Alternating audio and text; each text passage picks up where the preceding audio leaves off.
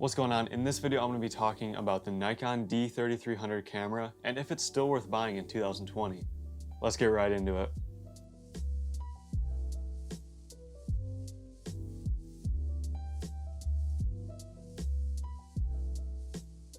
So I'm going to segment this video into three separate parts. First things first, I'm going to talk about the specs of the camera and what it's capable of doing. And then I'm going to show some example footage and photos that I've taken with this camera. And then I'll go to a final verdict and talk about if this camera really is still worth buying in 2020. So first things first, I got some notes pulled up on my laptop here. Basically, I separated it into two things, photography and video. I'm basically going over just some of the features that this camera has and what it's capable of doing. Now, specs are cool and they're good to look at, but really just seeing what a camera is actually capable of doing is the most important part. So I'm actually recording with the D3300 right now, just as an example of a video test. So I'm recording in manual focus. I hope the focus is correct. It's kind of hard because it's pretty far away. But like I said, I'm recording with the D3300 right now, just to give you another example of what the video footage looks like. So anyways, let's get into some of the specs. I'm gonna start out with photography. So the first thing I noticed right off the bat with this camera is that the SD card slot is on the side of the camera rather than on the bottom where the battery goes. Now this is usually a feature held for higher end cameras, and it makes it a lot easier just for getting your footage off the camera really quick, especially when it's on a tripod, because usually when it's covered up on a tripod, you can't open the battery door, can't get to the SD card. So the SD card being on the side makes it super easy. Now that obviously doesn't affect the image quality at all, but it really helps with the usability of this camera. So the second thing I'm going to talk about actually goes with video and photos. It's basically just the whole camera itself, and that's the interchangeable lens system. So this camera, you can put different lenses on it. It doesn't have a built-in lens, which is really good for versatility for photos and videos, because Nikon has a huge selection of lenses you can buy. So for example, I have the 35mm f1.8 on it right now, which is about a $150 lens. And I also have the 50mm f1.8, which is also around the same price used. So these are really budget-friendly lenses that produce really good quality and good background separation. And there's tons more lenses you can get, some really expensive, some really cheap, all different budgets. There's just a bunch of different lenses you can put on this camera just to up the quality even more. And so next up is the sensor itself. So this has a 24 megapixel sensor. Now, if you've been watching my channel for a while, you know that I typically review the Sony NEX cameras, and those all have 16 or 14 megapixel sensors. So this is a pretty big step up from those. Being 24 megapixels, you have a lot of room to crop in on the image, and it's overall just a higher resolution image. And those are kind of the main things for photography that are important. Like I said, just what the camera is actually capable of doing and what you can take with it is more important than the specs themselves. So I really don't cover specs super aggressively, but those are the main things that I noticed just right off the bat with photography. So now moving on to video, this camera is actually capable of recording 1080p footage at 24, 30, and 60 frames a second. So this camera is not capable of recording 4K video, and being that it's 2020, 4K is really starting to come with standard, but 1080p still cuts it for video quality. I mean, as you can see, I'm recording in 1080p 24 frames a second right now, and the footage looks good. There's really not much to complain about, but it's just not quite as sharp as 4K footage would be. But I'm completely fine, and I'm sure most other people are completely fine with the 1080p at 24, 30, and 60 frames a second. That gives you room for 60 frames a second, you can do some slow motion, and then 24 frames a second, you can get some nice cinematic footage. And then 30 frames a second is a nice in-between for smooth footage. So all these frame rates are great.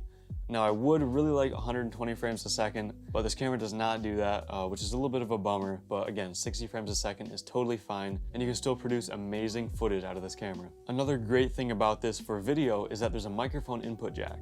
So I have my Rode Wireless Go plugged into it right now, which I'm recording with my lav mic right here. That's plugged directly into the camera, so that's where you're hearing this audio from. And it works great. There's, obviously a microphone input, there's manual audio controls, there's like a wind noise reduction. So it has decent audio controls for video, which is also great. And there's also face tracking autofocus in photo and video mode, which can be really helpful for videos and photos. But for videos like this, it'd be really nice tracking my face. The only issue is this camera does not have very good autofocus. So even though it does have a feature like face tracking autofocus, I actually tried using that for recording this video, and it just kept focusing in and out, back and forth. I'll show you an example of it right now.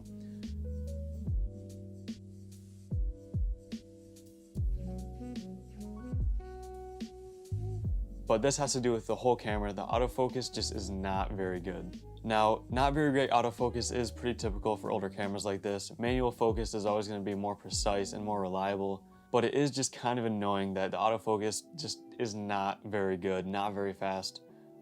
Manual focus is really the way to go with this camera. And last up, when it comes to video, is there's no flip screen. So it has a fixed LCD screen on the back, and it's also not a touch screen. So if you want to vlog or something like that, you're not going to be able to see yourself by flipping it out. Or even if you're just recording an up high angle or below angle, you can't flip the screen around at all. It's just a fixed screen, which can get kind of annoying, especially for videos, but it's also not a deal breaker. I mean, I'm recording this right now, I just had to frame my shot beforehand, make sure the focus is right beforehand, and it just works out in the end. So no flip screen, it's a little bit of a hassle, but again, it's not a deal breaker. And so that actually wraps up this segment of the video, the specs. So it has decent specs, it can get pretty much everything done for photography and video, but again, it's not fantastic. It's an old camera, it's not gonna be perfect with anything, which is why I let the specs kind of go a little bit. I don't worry about them as much as if I was reviewing like a brand new camera.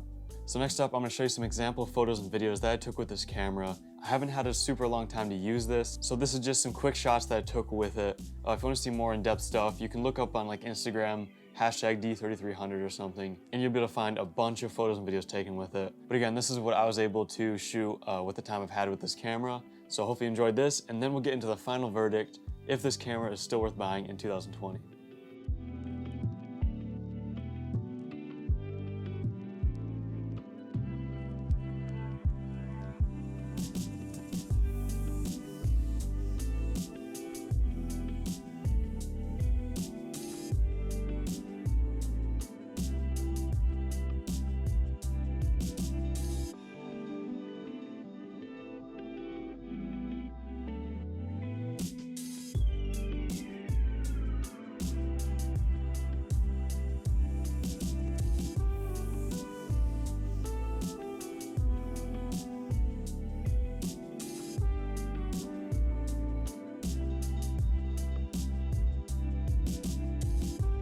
Alright, so to wrap things up, is the D3300 still worth buying in 2020, 6 years after its release?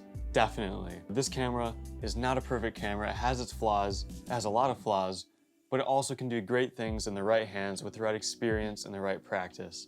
So I would definitely recommend picking up this camera.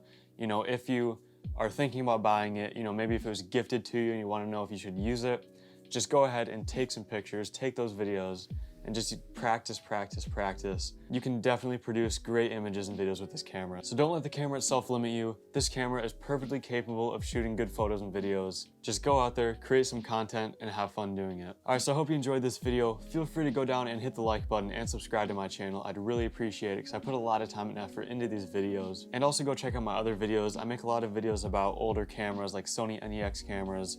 I have some tutorials for the D3100 and the D3400 Nikon cameras. Just feel free to scroll through my videos, see one that you might like, and check it out. I'd really appreciate that as well. And yeah, thanks for watching. I'll see you in the next one.